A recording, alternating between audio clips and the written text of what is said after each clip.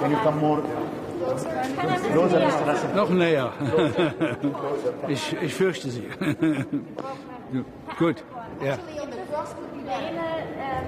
EU-Personal aus der Ukraine abzuziehen, so wie es die Amerikaner jetzt machen. Was sagen Sie? Gibt es Pläne Ihrerseits, EU-Diplomaten aus der Ukraine abzuziehen oder die Familienangehörigen, so wie die Amerikaner jetzt machen? Nein, die Amerikaner haben das ja auch nicht fix gesagt.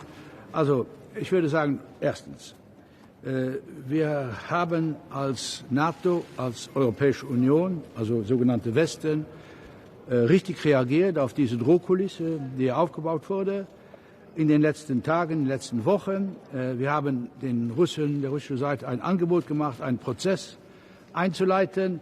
Und wir sollten also jetzt der Diplomatie eine Chance geben und uns nicht versetzen, dass schon Krieg ist. Es gibt keine Garantie, aber das ist die Logik.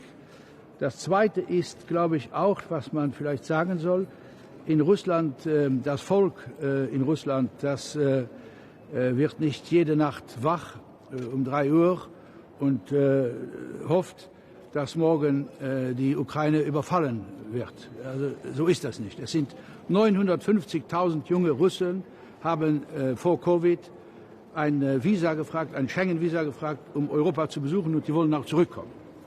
Das Dritte, was ich sagen will, ist nicht uninteressant. Sie wissen, dass Olympische Spiele sind, vom 4. bis zum 20. Februar. Auf der UNO, wo wir alle Mitglied sind, auch Russland und viele andere, wurde eine Resolution mit 173 Stimmen wurde gestimmt.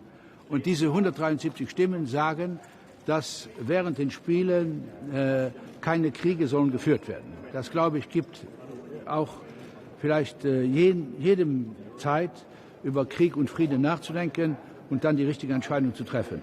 Wir werden ja heute mit Blinken reden, mit Tony Blinken.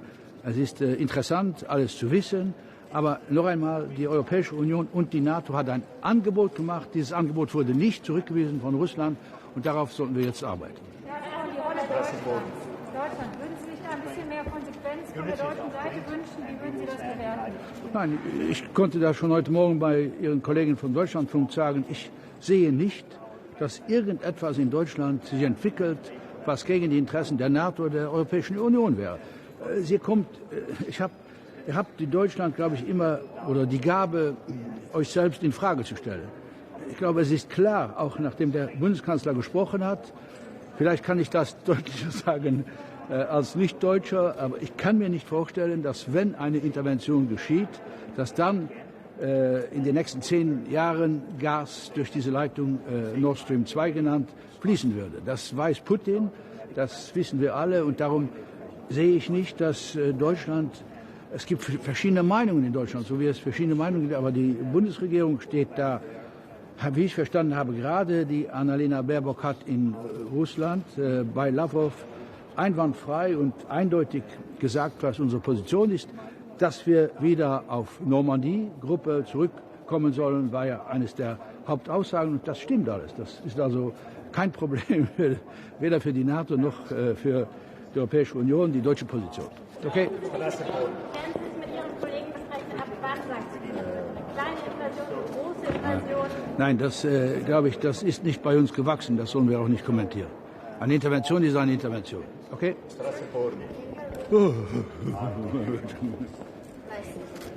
Are you considering removing some of the embassy staff and personnel from Ukraine? We know that the Americans, the English... First, we have no embassy in Ukraine. On n'a pas d'ambassade en Ukraine. Donc, deuxièmement, je pense qu'il ne faut pas se mettre dans la logique d'une guerre. Il faut tout faire, et c'est pour ça que les ministres des Affaires étrangères existent, c'est d'éviter la guerre. Et il faut argumenter dans cette logique, et cette logique veut qu'on va tout faire pour éviter une guerre. Voilà. Mais comment vous évitez les guerres maintenant? Parce qu'on voit qu'il y a Russie qui jour après jour, elle est plus proche des guerres. Oui, on a offert un processus à la Russie, le président américain, l'OTAN, le Conseil OTAN-Russie, l'Union européenne, tout le monde a offert un processus pour s'il y a des soucis entre guillemets, en Russie, on est prêt à en discuter avec l'OTAN, avec l'Union européenne. Et donc, je ne pense pas qu'un seul instant, on puisse imaginer qu'une guerre, qu'une intervention militaire puisse changer la donne et donner plus d'arguments et aussi de possibilités à la Russie de changer l'architecture de défense en Europe. Voilà. But always there is the bad scenario that there is the second scenario that there is the war. Mais, Are you ready in the Union to face this non, bad scenario? nous sommes dans le scénario d'éviter la guerre. Écoutez, ça c'est le rôle des ministres des Affaires étrangères. Le médecin est là pour tout faire pour que le patient ne meure pas. Et nous sommes là pour tout faire pour que la guerre n'éclate pas. Ça c'est notre point de vue. OK?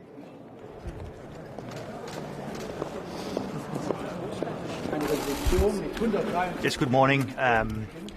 Today we are, of course, discussing the situation on the Russian military buildup threatening not only Ukraine but the whole security order of Europe. This thought that Russia have that you can divide Europe into influences, spheres of influences is totally unacceptable. It's directly violating fundamental European security order, including international principles on sovereignty and territorial integrity of European states, including, of course, Ukraine. Unity is our strength, and we will stand united, 27 EU member states, well and strong, coordinated with our transatlantic friends.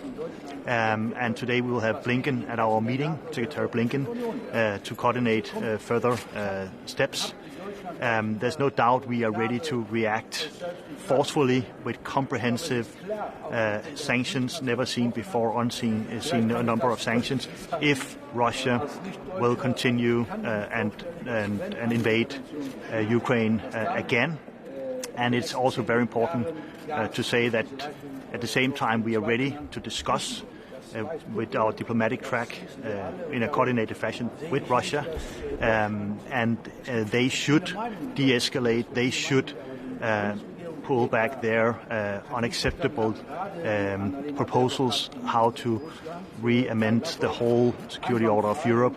The proposals is reminding us of the darkest days of the Cold War, but we're ready to talk about providing security for all Europeans, all European countries, on transparency, on controls of arms and so on. But it should be done in accordance with the principles and treaties that Russia themselves are committed to, including in the framework of the OSCE.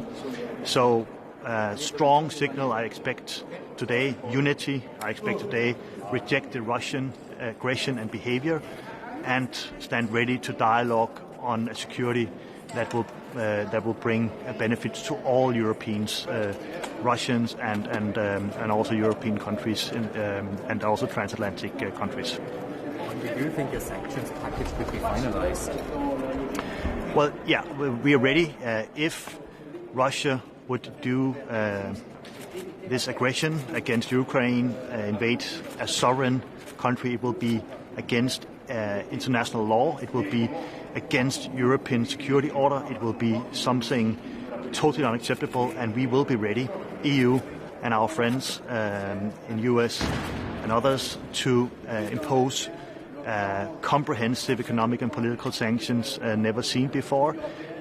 Russia should know, Putin should know, that the price to use provocations and use military forces to change border in Europe will be very, very high. They will be totally isolated, and they will have harsh reaction from all of us.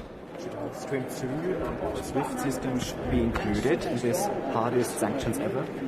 Well, I would just say we are ready to undertake the most severe sanctions, also much more severe than in 2014. Okay, good. Guten Morgen.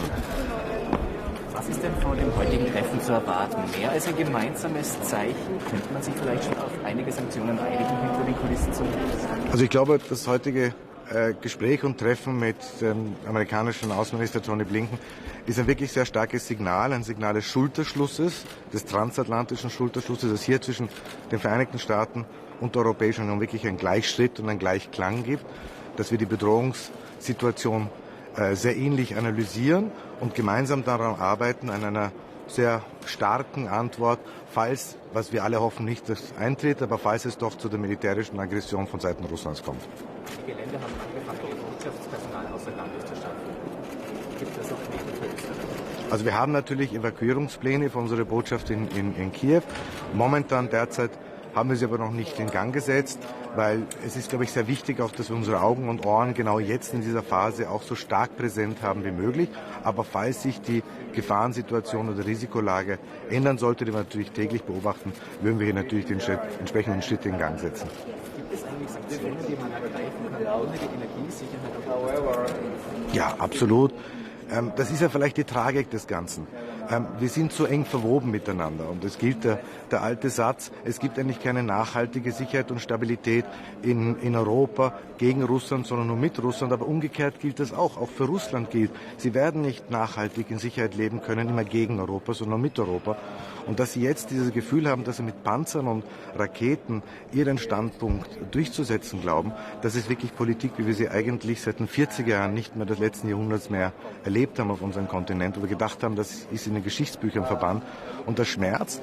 Aber eines muss ganz klar sein von Moskau. Falls es zu einer militärischen Aggression wird eine ganz klare, unmissverständliche Antwort der freien Welt die Folge sein. Jetzt gibt es schon Stimmen, die sagen, um die europäische Energiesicherheit, Energieautorität zu gewähren, braucht man jetzt erst recht Atomstrom. Was sagst du dazu? Also Faktum ist natürlich, dass 40% unseres Gases aus Russland kommt, dass hier eine gewisse Abhängigkeit da ist. Das können wir nicht über Nacht ändern. Ich kann mich noch sehr gut erinnern, das Jahr 2006, wo damals also aufgrund anderer Ereignisse der Gastransit über Ukraine eingestellt wurde. Und da war damals das große Thema die Diversifizierung der Quellen und der Transportwege.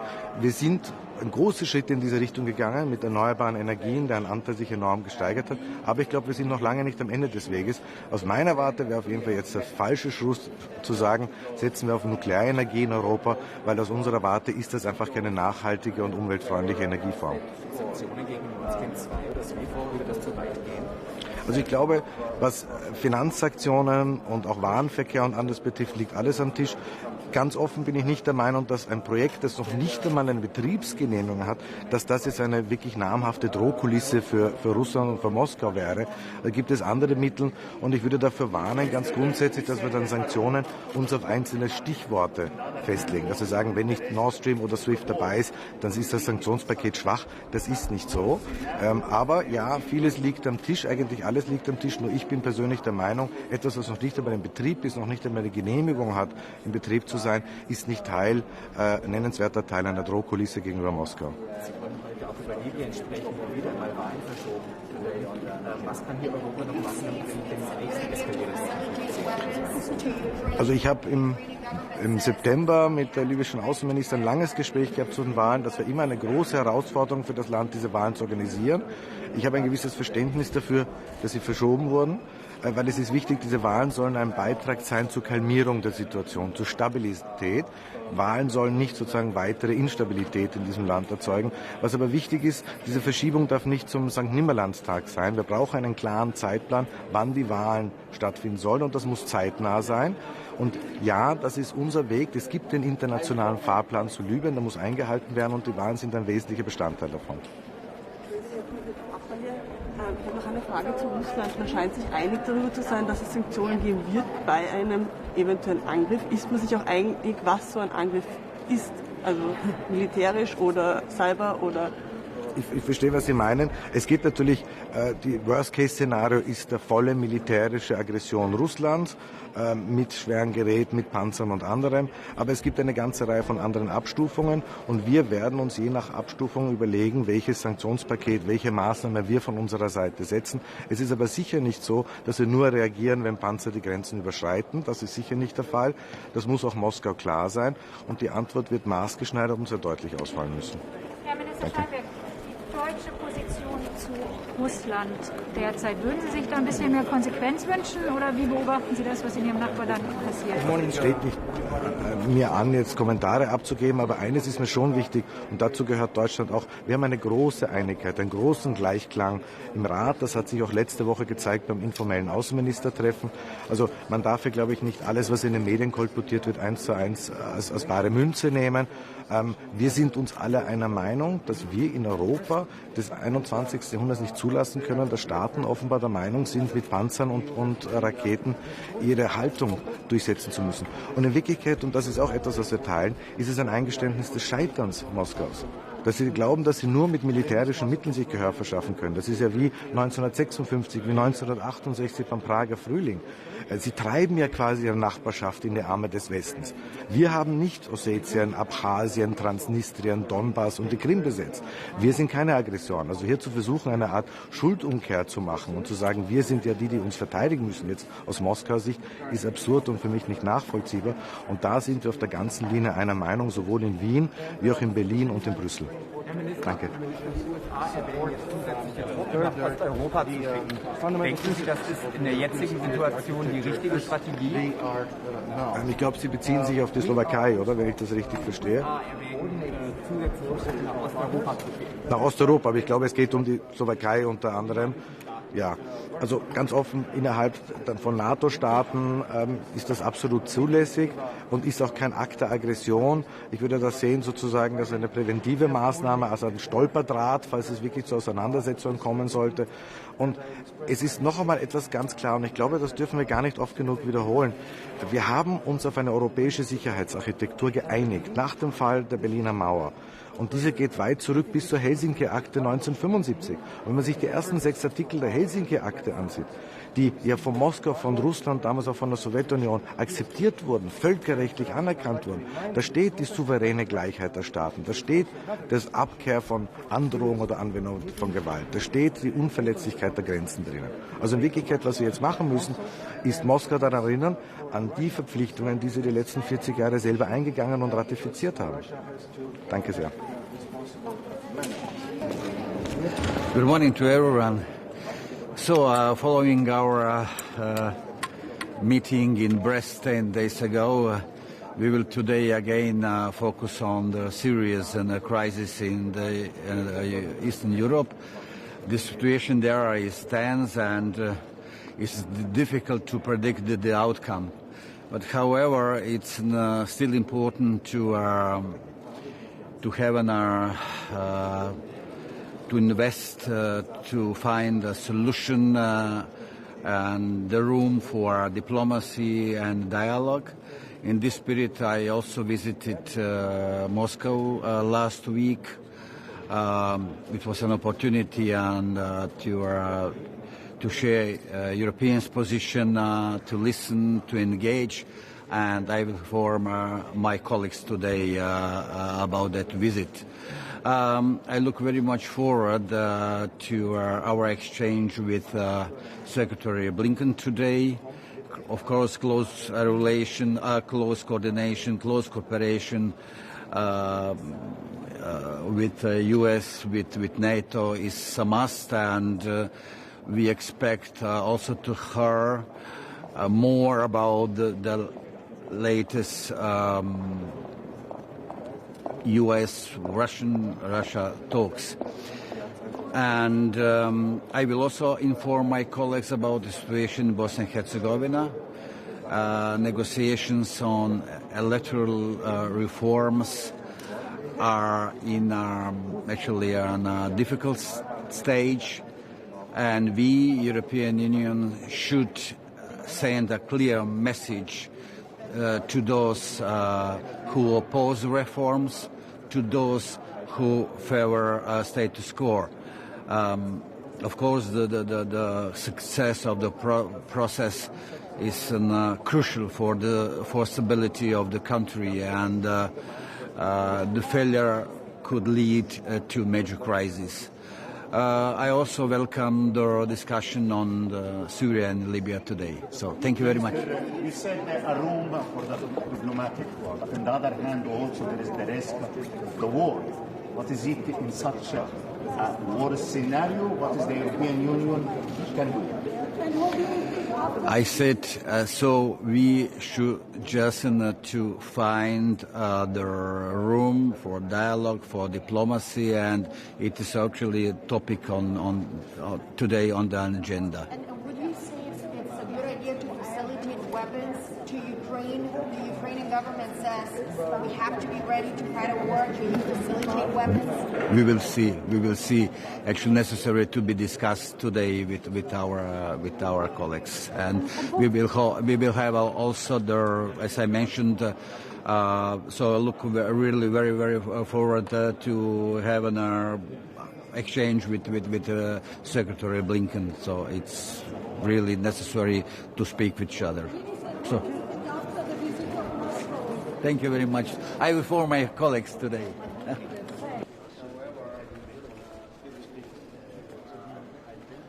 So good morning everyone, and today of course is very important discussion regarding the security situation in the Eastern Europe and the recent tensions also on the Ukrainian border. It's very important that European Union stay united on this issue, so this is a good continuation of our debate, which was a little bit more than 1 week ago in Brest in France during the Gymnich meeting. Today I'm also going to meet with the Swedish Foreign Minister, the Secretary General of NATO, Mr. Stoltenberg, and continue, of course, the dialogue between Finland, Sweden and NATO on these security issues. Of course, the Eastern Europe situation is not the only one we are discussing today. We will also have a very important Syria discussion with Special Envoy Pedersen on Syrian issues. Millaista keskustelua odotat päivän ulkoministerikokoukselta ja sitten NATO-tapaamiselta?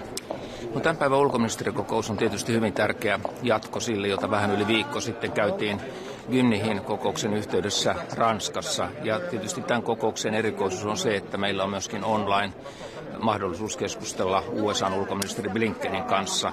Ja odotan tietysti tämmöistä hyvin intensiivistä keskustelua, jossa tavoitteena on se, että EU säilyy ja on yhtenäinen näissä Ukraina- ja Itä-Euroopan turvallisuuskysymyksissä, ja samaten pyritään myöskin koordinoimaan kantoja ja tilannekuvaa Yhdysvaltojen kanssa ulkoministeri Blinkenin kanssa tänään. Sitten meillä on ulkoministeri Ann Linden kanssa myöhemmin tänään kolmenkeskinen tapaaminen Naton pääsihteerin Stoltenbergin kanssa, jossa tarkoitus on tietysti vaihtaa tietoja ja taata se, että Suomella ja Ruotsilla on täysi tilannekuva, joka Natolla tällä hetkellä on tilanteesta.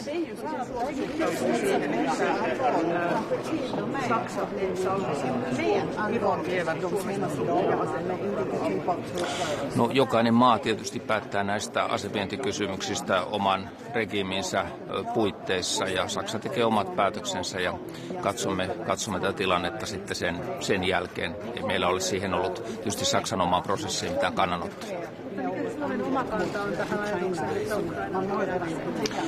Tämä myöskin Suomessa tullaan käsittelemään. Puolustusministeriö on tästä vastuussa tästä käsittelystä meidän lainsäädäntömme puitteissa. Asia on vielä kesken.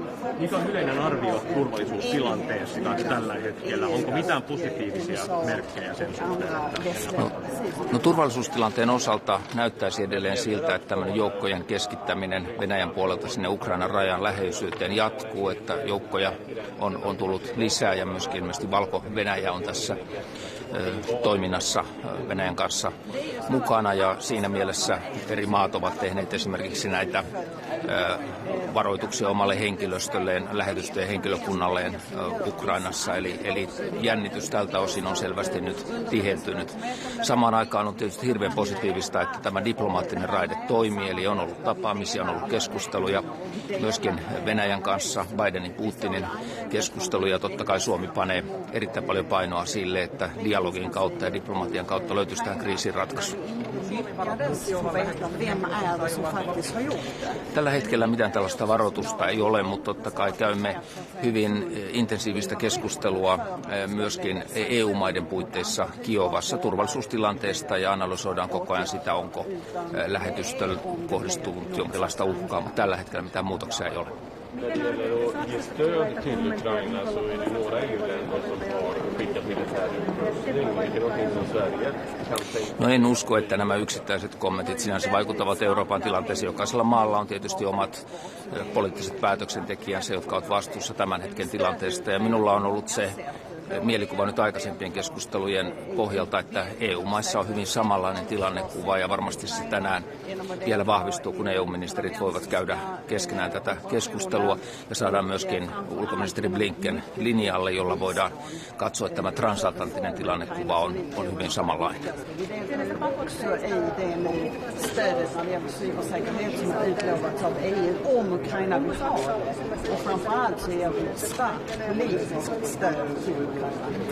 No varmasti on niin, että mikäli jännite tiivistyy ja todella jonkun maan suverenisuutta loukataan, esimerkiksi Ukrainan, niin se varmasti vaatii vastatoimia myöskin Euroopan unionilta. Ja tätä keskustelua on käyty, mutta minulla on se käsitys, että EU tulee olemaan hyvin yhtenäinen tällaisessa reaktiossa. Varför är vissa saker särskilt viktiga för Sverige och Finland och dessutom... No tuloshan ei ollut vihreiden kannalta kovin hyvä. Tietysti se, että Helsinki puuttui tästä vaalityöstä, varmaan vihreillä näkyy erityisen paljon, koska Helsinki on ollut niin vahva alue, mutta uskon, että tästä selvitään ja sitten lähdetään kohti eduskuntavaaleja. Kiitos. Morgon. Ja, vi ska strax prata Ukraina, men jag börjar med en annan fråga. Hur ser du på mötet med talibanerna? Ska man prata med dem? Norge bestämmer själv vem man pratar med och hur man pratar med dem. Vissa kontakter behöver man naturligtvis ha med talibanerna för att få in humanitärt bistånd och så vidare.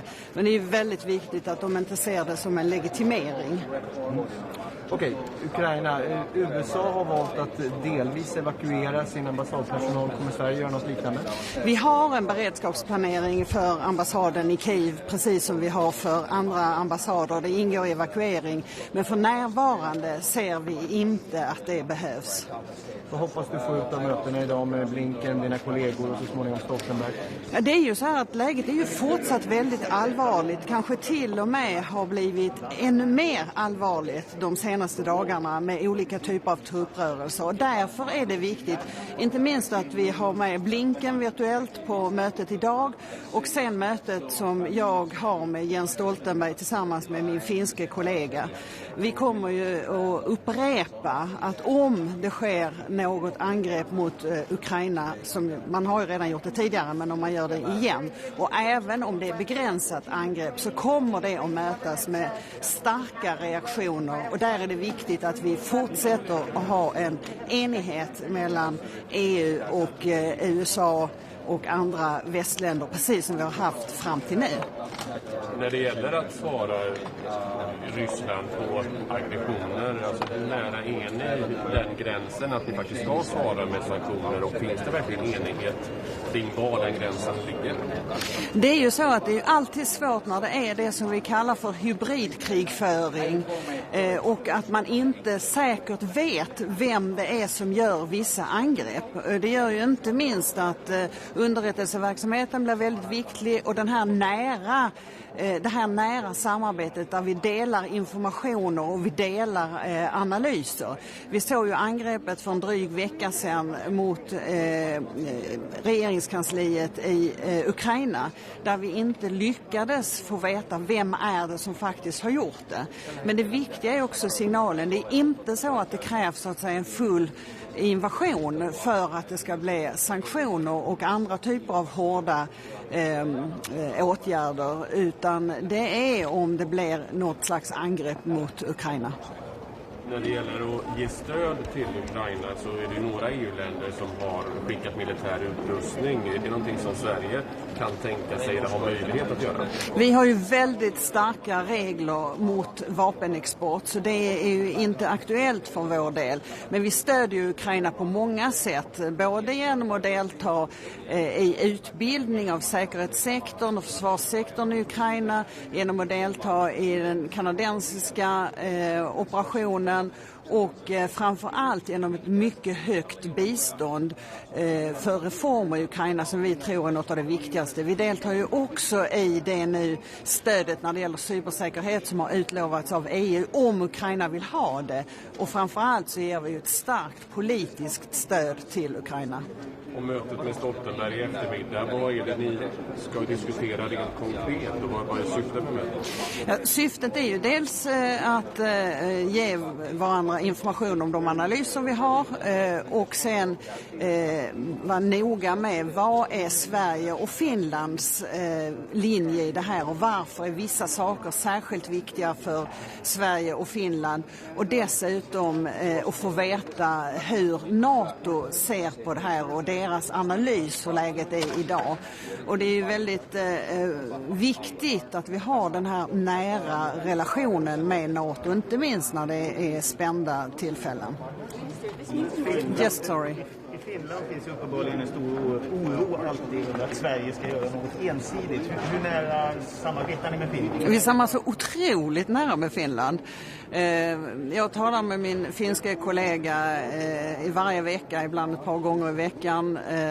Vi har en väldigt nära situation. Både utrikesministern, försvarsministern och presidenten har ju just upprepat att de ser inte någon större skillnad mellan hur vi ser på exempelvis samarbetet med NATO. Jag känner mig väldigt trygg med att vi har mycket nära, mycket bra relation med Finland. Det är också militärt den som vi samarbetar närmast med. Finns det beräkningar på hur sanktioner och olika scenarier skulle påverka svenska företag och svensk ekonomi? Nej, det har vi ju inte nu, och det är ju också för att vi har ju inte gått ut med, det finns ju ett batteri av olika typer av sanktioner. Vi går ju inte ut med det, och det är ju framför allt för att vi inte vill att man ska göra en så att säga cost-benefit-analys från rysk sida. Men det är ju kraftiga sanktioner som är på gång. Ja, men man kan göra beräkningar för internt utan att gå ut med dem. Det kan man väl göra, men det har vi inte gjort i detta läge.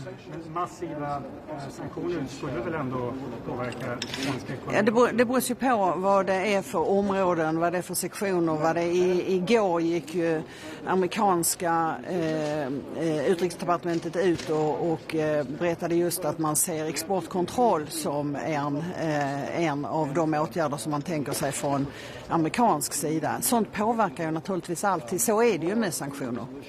Ska det finnas en sorts beredskap bland svenska företag, till exempel höga energipriser? Jag tycker det är väldigt viktigt att man håller sig informerad, och när besluten kommer så ska man se till att hålla sig informerad och hur det eventuellt kan påverka.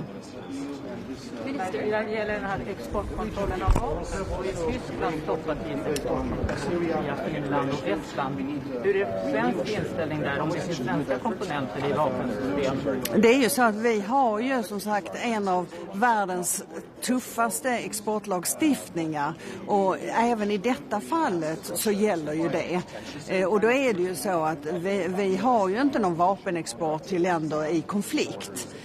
Men det är ju ISP som sköter det när det kommer ansökningar. Men jag ser inte att det kommer att vara vapenleveranser från Sverige till Ukraina. Det ser jag inte, utan vi ger vårt stöd på annat sätt. Det jag menade var att det finns ju vapen som finns i länder som inte är i krig, som de länderna vill exportera. Ja, då ställer sig Sverige i den frågan. Ja, då är det ju ISP.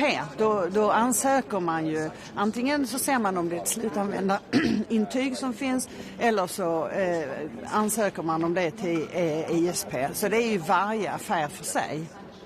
Så då måste de länderna ansöka hos ISP? Ja, det beror lite på hur avtalen ser ut och så vidare. Men som generell regel så är det så. Sen en fråga, den här NATO-optionen som Finland har, men som Sverige inte har, på vilket sätt skiljer den Sveriges inställning till NATO jämfört med Finland? I stort sett ingenting. Alltså NATO-optionen, det är ju bara man har varit tydligare sedan 25 år tillbaka uttryckt i Finland att man håller dörren öppen för NATO. Så som vår utrikespolitiska doktrin och säkerhetspolitiska doktrin, det handlar ju om att vår militära alliansfrihet tjänar oss väl. Men vi har en full handlingsfrihet att om läget så kräver, då kan vi ha diskussioner om hur vi vill göra. Men som läget är så står vi fast vid den militära alliansfriheten. Vi är väldigt, väldigt samstämmiga med Finland här. Jag tycker den senaste tidens intervjuer med finländska högt uppsatta politiker visar ju det att vi ser inga sådana skillnader. Är det någon mer svenska? Nej, okej. Hello, from Georgia TV Company in English. How can you estimate the situation in Ukraine? Which kind of discussion will you have today? And what's about sanctions? Is it possible that you will have united position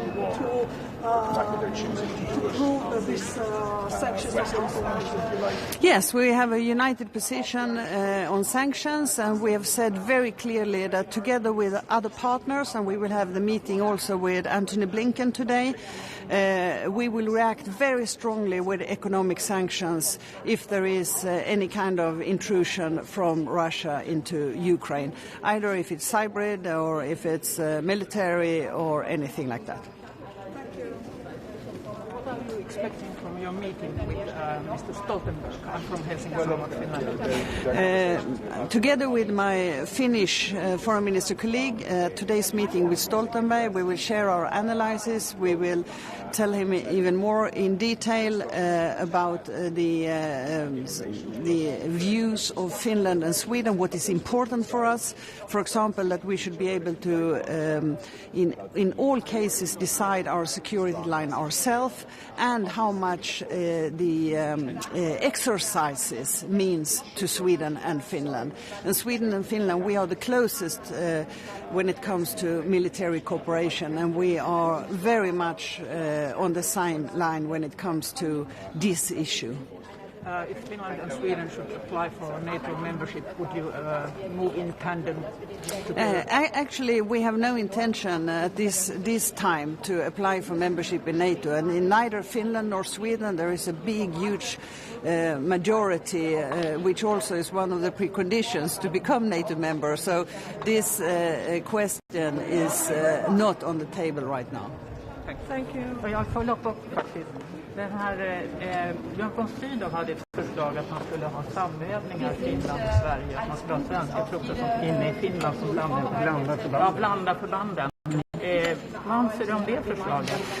Jag anser att det samarbete som vi har nu, som är väldigt nära också när det gäller övningar och sådär, är ett väldigt bra samarbete, och att vi tillsammans kommer fram till hur vi utvecklar det och så vidare.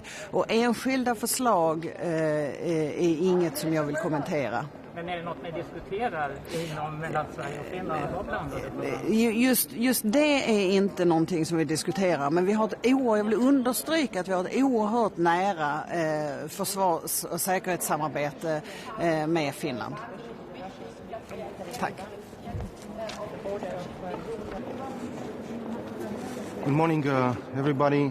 The most important topic on the agenda today is, of course, the security situation in Europe, which is worsening because of the Russian amassing of troops in proximity of Ukraine and in the Black Sea region. This is a continuation of the discussion we had 10 days ago at Gimnich in Brest.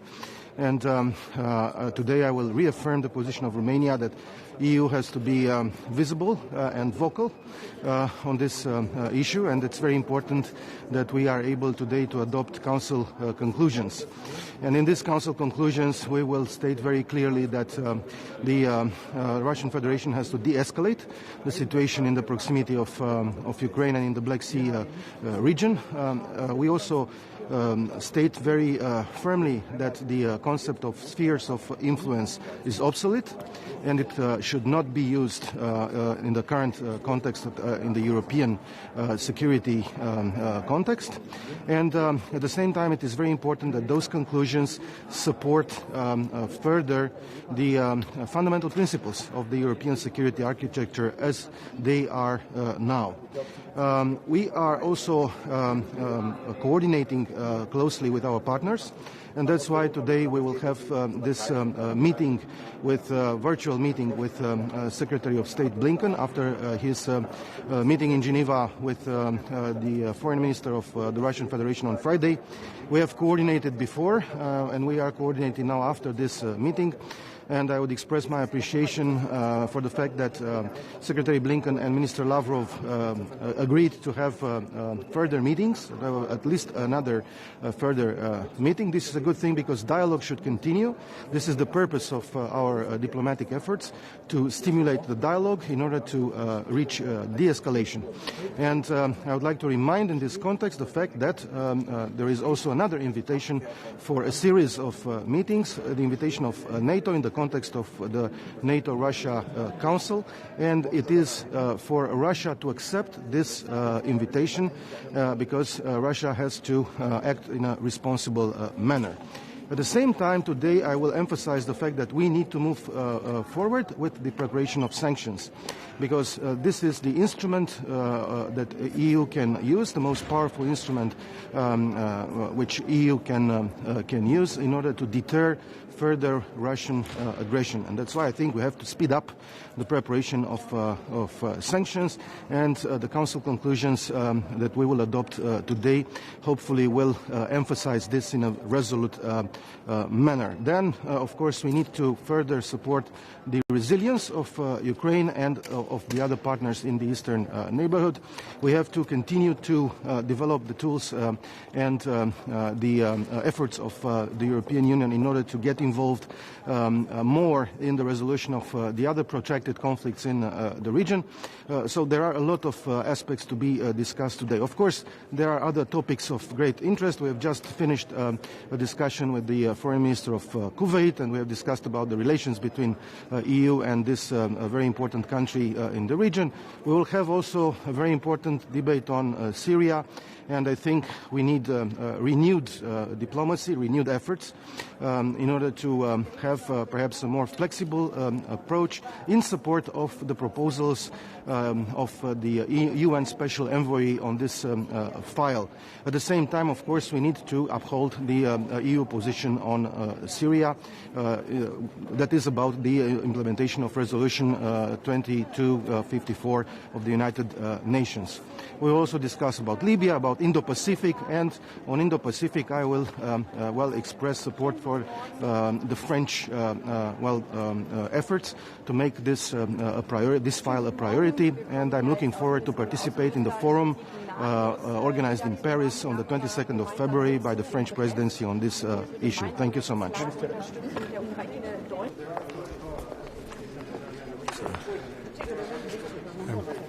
Good morning. This is an important day today for EU foreign ministers to to reinforce a message of unity from the European Union in relation to Russia-Ukraine tension. And I think there are two very clear messages that EU foreign ministers will want to get across today. First of all, a clear message and ask of Russia to defuse tension in the context of their activities on the borders of Ukraine and to give reassurance to the rest of the world in terms of their intentions. And then secondly, I think a strong message of unity from the EU that should Russia decide to invade Ukraine militarily, that there would be very severe consequences of that action from an EU perspective in terms of sanctions and restrictions that would follow very quickly, that I think would be the most comprehensive that the EU has put together in many, many decades.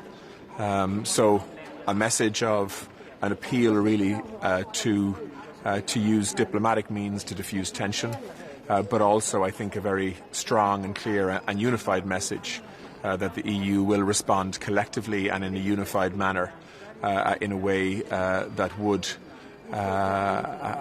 introduce very significant measures in response to Russian military action on Ukraine.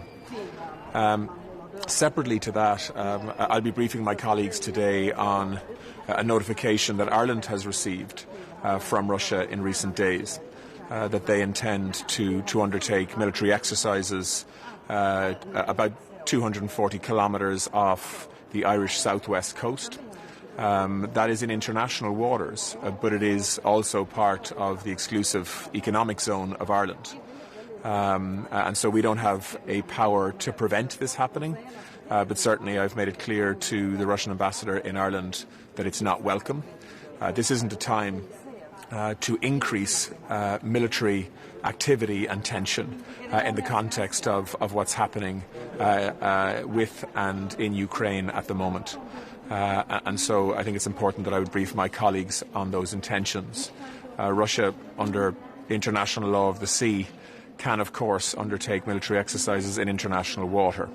But the fact that they're choosing to do it on the western borders, if you like, of the EU, off the Irish coast, is something that, in our view, is simply not welcome and not wanted right now, particularly in the coming weeks. So I think it's important that my colleagues are brought fully up to date in relation to those events. Thank you. Minister, you say that this is all about a unity and collectivity today, but in fact the meeting is being overshadowed by disunity and by divisions. What do you make of Germany's position on blocking arms exports to Ukraine? Well, look, there are conversations we'll have with our colleagues, but we've just come from an informal meeting in Brest a week ago, and I can tell you the discussions that we had in relation to Russia-Ukraine was a discussion where ministers put their scripts aside and started speaking to each other in very blunt terms about the need for EU unity, strong messaging to Russia, obviously a focus on defusing tension rather than increasing tension. But should Russia decide to take military action against Ukraine, I think there will be a very strong resolve to act in a very decisive and united manner, and I think that will be reinforced today. Okay. No, we have to go. Sorry, the meeting started. Thank you.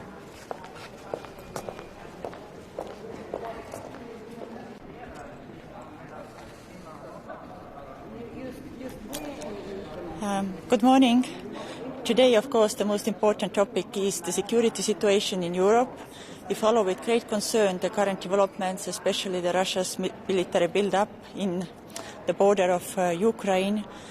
This will be our discussion topic both among our colleagues with foreign ministers of foreign affairs here in Europe, but also with Secretary Blinken.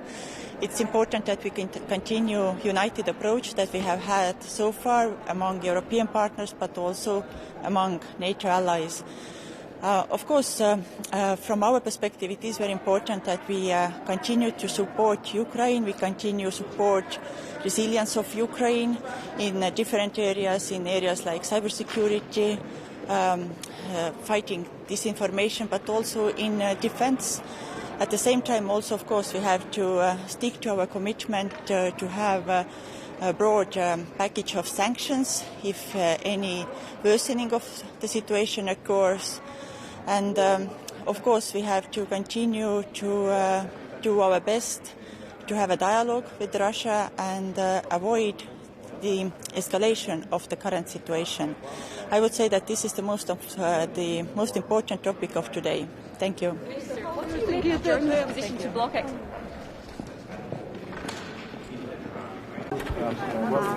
Schönen guten Morgen.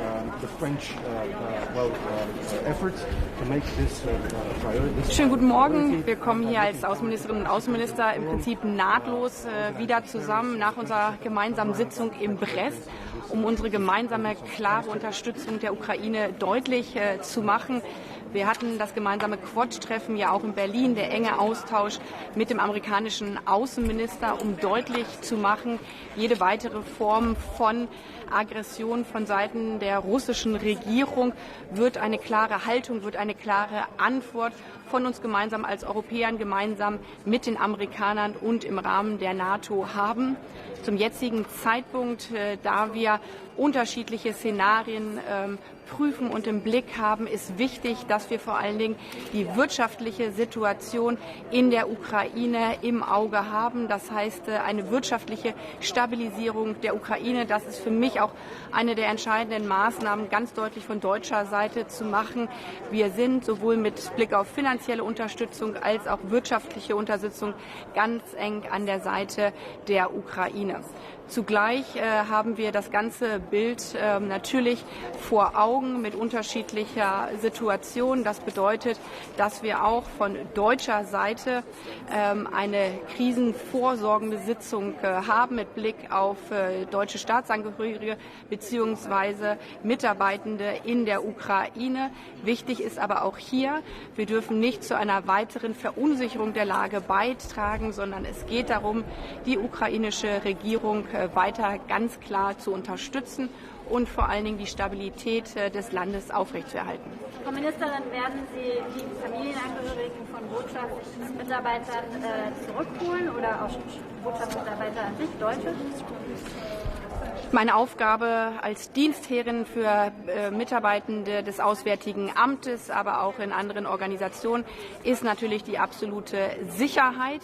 Deswegen sind wir auch in den vergangenen Wochen und Monaten natürlich in der Ukraine, so wie wir das in anderen Ländern auch tun, immer wieder in der Evaluation der Sicherheitssituation vor Ort. Regelmäßig kommen wir dazu zusammen. Heute auch wieder eine Sitzung zur Vorbereitung dessen. Aber ich möchte an der Stelle nochmal unterstreichen, die Sicherheit von Mitarbeitenden hat oberste Priorität. Aber wir sind in einer Situation, wo wir weiter vor Ort, wo Unternehmen vor Ort arbeiten, wo wir vor allen Dingen die Unterstützung der Ukraine, gerade auch die wirtschaftliche Unterstützung, in den Mittelpunkt stellen. Und deswegen darf das nicht zu einer Verunsicherung mit Blick auch auf Investitionen in die Ukraine genutzt werden. Das heißt, es gibt noch keine Entscheidung und diese Entscheidung wird heute im Laufe des Tages fallen.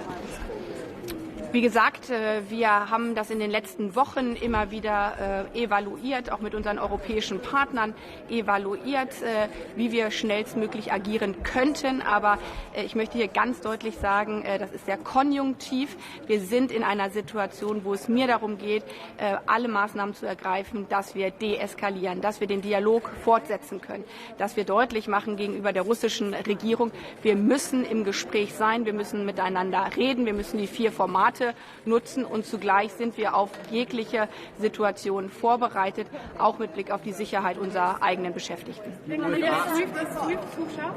Ist ein zu scharfes Schwert? Wie bitte? Die SWIFT, die Banking-Union, ist das zu scharf? Wir sind als Bündnis auf jede Situation vorbereitet. Deswegen haben wir eine intensive Arbeit an gemeinsamen Sanktionen, auch in enger Abstimmung zwischen der Europäischen Union und der amerikanischen Regierung. Das betrifft auch finanzielle Maßnahmen. Ich hatte ja bereits deutlich gemacht, dass der härteste Knüppel nicht immer das intelligenteste Schwert am Ende sein wird, sondern wir Finanzmaßnahmen so überprüfen müssen, dass sie die größte Wirkung entfalten. Die USA erwägen zusätzliche Truppen nach Osteuropa zu schicken, in die baltischen Staaten zum Beispiel. Ist das was für die Bundesregierung auch vorstellbar ist? schon bevor es zu einer Aggression von Seiten Russlands möglichen Aggression gekommen ist? In so einer kritischen Phase ist es wahnsinnig wichtig, dass wir sehr differenziert auf die unterschiedlichen Maßnahmen schauen. Und wir müssen klar trennen mit Blick auf das Bündnisgebiet, das NATO-Bündnisgebiet und die Ukraine. Wir stehen als Bündnis solidarisch an der Seite der Ukraine. Und zugleich sind wir natürlich mit Blick auf unser eigenes Bündnisgebiet in einer gemeinsamen Solidarität und Allianz. Aber man darf Bündnisgebiet und Ukraine an dieser Stelle nicht miteinander vermischen. Dankeschön.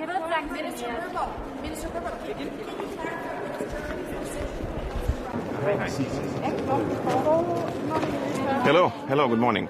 How are you? Warm. Yeah, just a few sentences, if I may. Today's we'll have a very important discussion, probably one of the most important that we had throughout the year. I mean, the last year as well, and we are looking for a united European approach towards the crisis that's happening in and around Ukraine. Not only united European response, but also try to have a united Western approach. Therefore, I'm very delighted that we'll have Secretary Antony Blinken today, and I hope that we can ask questions and receive answers, and how can we better align European and in the stance of United States towards the crisis that's being built on, on the West, actually, by Russia. Berlin is sending mixed signals. Do you feel like Berlin is too hesitant when it comes to... Who? I'm sorry? Berlin. Okay. The government when it comes to the question of sanctions? Well, I consider that Berlin finds itself in quite a difficult situation. Just a new government started working, basically a month ago, and I believe that this is not a situation that they actually wanted to have for themselves. For almost 16 years, Berlin was a pillar of stability in Europe and around Europe. And probably the new government was intending to continue the same trend. But unfortunately, the world has different plans, not only for Berlin, but for the world with Berlin in it. So I think that what we're seeing is the conversation that Germany is starting to have about how to react to the current situation. So I should, I'm patient, and I'm calling for patience. But do you think the timing is good to start talking about Well, nobody has foreseen the situation that we found ourselves in. Just remember the world in last year's October, when the first time we've heard from Americans that there will be a buildup of Russian troops. Basically, nobody believed about that. So we're just 3 months ahead of that situation. Please. When you're talking about trying to have united today, does it mean that you have some worry that some of the European countries are having a different position?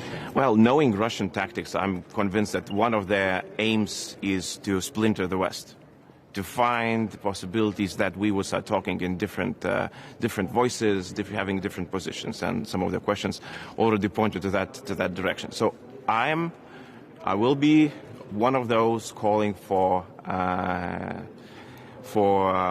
unanimity in our speaking, and I think that this is the victory that we cannot afford to give to Russians. Are you ready for the worst scenario?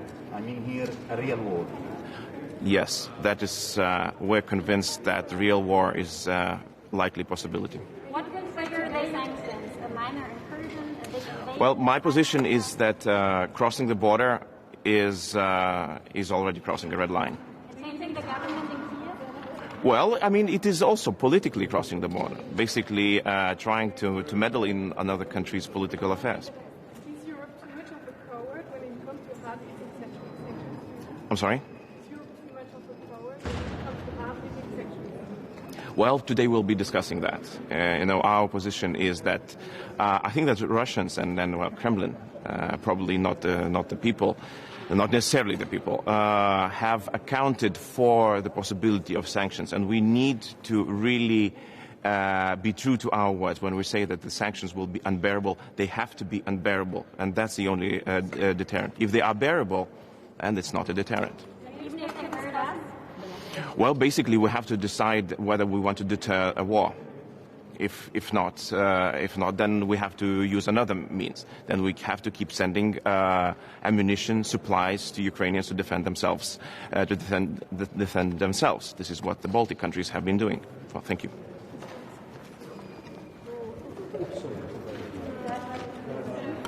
Yeah.